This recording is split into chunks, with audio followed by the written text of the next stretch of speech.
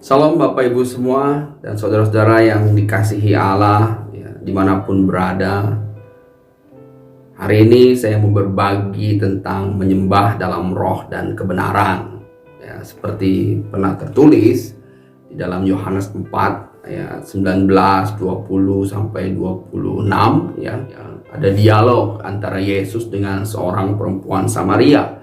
Nah, dialog itu tidak biasa. Kenapa tidak biasa? Karena di masa itu seorang Yahudi tidak diperkenankan untuk berdialog dengan perempuan Samaria yang dianggap sebagai non-Yahudi. Perempuan Samaria dianggap sebagai Gentiles ya, atau orang kafir ya di masa itu ya. Kenapa? Walaupun dulunya mereka adalah sama-sama Israel, tapi orang-orang Samaria berkhianat dan menyembah Allah yang lain, yaitu menyembah Baal di gunung-gunungnya mereka. Oleh karena itulah kemudian perempuan Samaria itu berkata kepada Yesus bahwa nenek moyang kami menyembah Tuhan di gunung, di atas gunung katanya, dan orang Israel menyembah Tuhan di Yerusalem ya. Dan tapi Yesus kemudian berkata kepada dia, percayalah kepadaku katanya, hai perempuan, saatnya akan tiba bahwa kamu akan menyembah Bapa bukan di gunung ini dan bukan juga di Yerusalem ya. Kamu menyembah apa yang tidak kamu kenal dan kami menyembah apa yang kami kenal ya, sebab keselamatan datang dari bangsa Yahudi. Tapi saatnya akan tiba dan sudah tiba. Dia jelaskan lagi, dia perjelas, dia berkata dan sudah tiba sekarang bahwa penyembah-penyembah benar akan menyembah Bapa dalam roh dan kebenaran. Jadi ada makna pertama yang dia sampaikan adalah bahwa tidak ada lagi penyembahan-penyembahan di atas gunung-gunung. Ya, sudah selesai. Makna dari nggak ada lagi menyembah Tuhan-Tuhan di tempat-tempat lain. Ya, maknanya bahwa penyembahan terhadap Tuhan tidak punya makna yang liturgis. Ya, dia juga menyatakan buat tidak juga di Yerusalem katanya. Nah, kenapa itu harus dinyatakan? Ya, orang-orang non-Yahudi menyembah Tuhan di gunung-gunung atau di tempat-tempat lain ya. Sementara orang Yahudi menyembah Tuhan hanya di Yerusalem. Kenapa? Karena Yerusalem adalah pusat penyembahan. Yerusalem adalah pusat dari segala kegiatan keagamaan orang-orang Yahudi. Karena di Yerusalem ada bait Allah. Di dalam bait Allah itulah ada persembahan korban bakaran, persembahan anak domba Paskah yang harus mereka lakukan ya, secara turun-temurun.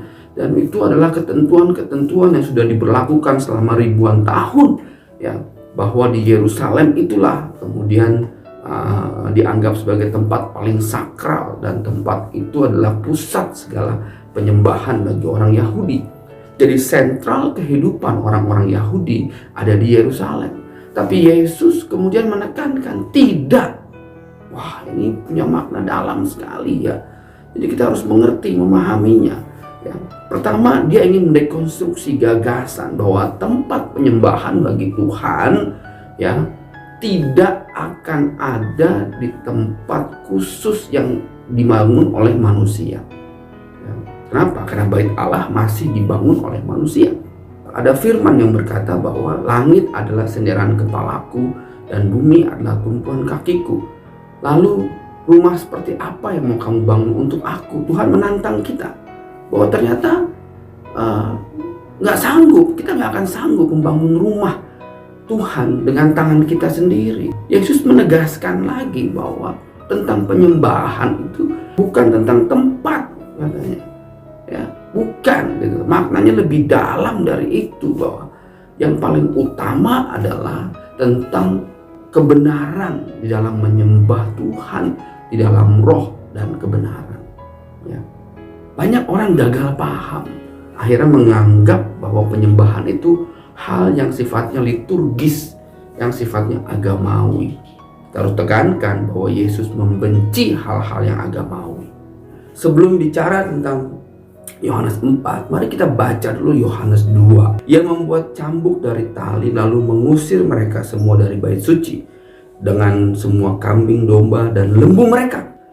Uang-uang penukar dihamburkannya di tanah dan meja-meja mereka dibalikannya, ya, kepada pedagang-pedagang merpati ia berkata, ambil semua ini dari sini, jangan kamu membuat rumah Bapakku menjadi tempat berjualan. Hari ini kita tahu bahwa ada banyak sekali pengajaran yang menempatkan rumah Tuhan sebagai tempat jualan.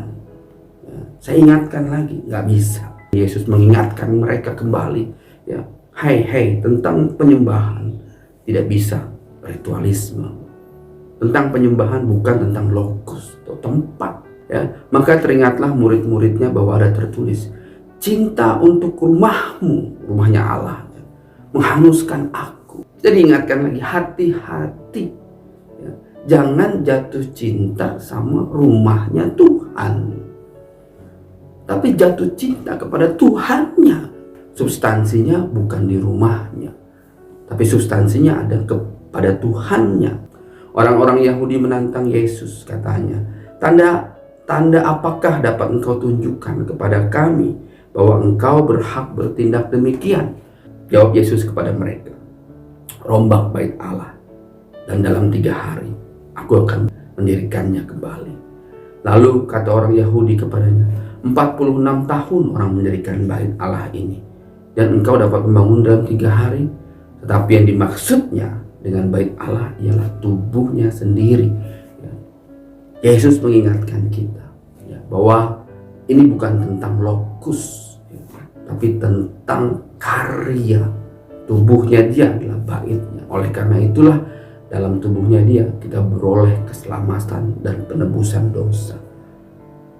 Kita diingatkan lagi pada saat dia mati di kayu salib, terjadi gempa bumi, dan tirai yang maha kudus di dalam bait Allah itu sobek dari atas ke bawah. Sebelumnya tidak ada satupun yang bisa melihat ada apa di balik situ kecuali imam-imam. Mereka mengkultuskan tempat itu seolah-olah di situ ada hadirat Tuhan.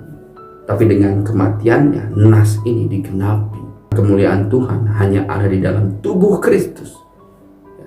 Dia bicara tentang dirinya yang akan bangkit dan kemudian membangun bait Allah. Dia bicara tentang kita.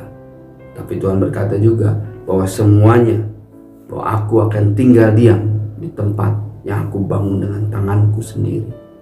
Kita, manusia, adalah yang dibangun dengan tangan Tuhan sendiri. Dan Tuhan mau tinggal diam di dalam kita saat kita menerima Kristus sebagai Tuhan dan Juru Selamat. Maka Kristus telah mengkuduskan kita sehingga Tuhan boleh tinggal di dalam kita sebagai baitnya.